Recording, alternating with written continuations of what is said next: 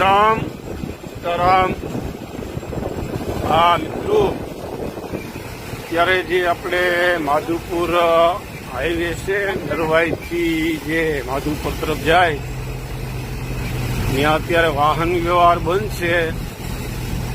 વાહન વ્યવહાર અત્યારે હાલમાં બંધ હોય જેથી કોઈએ પાણી થોડું વધે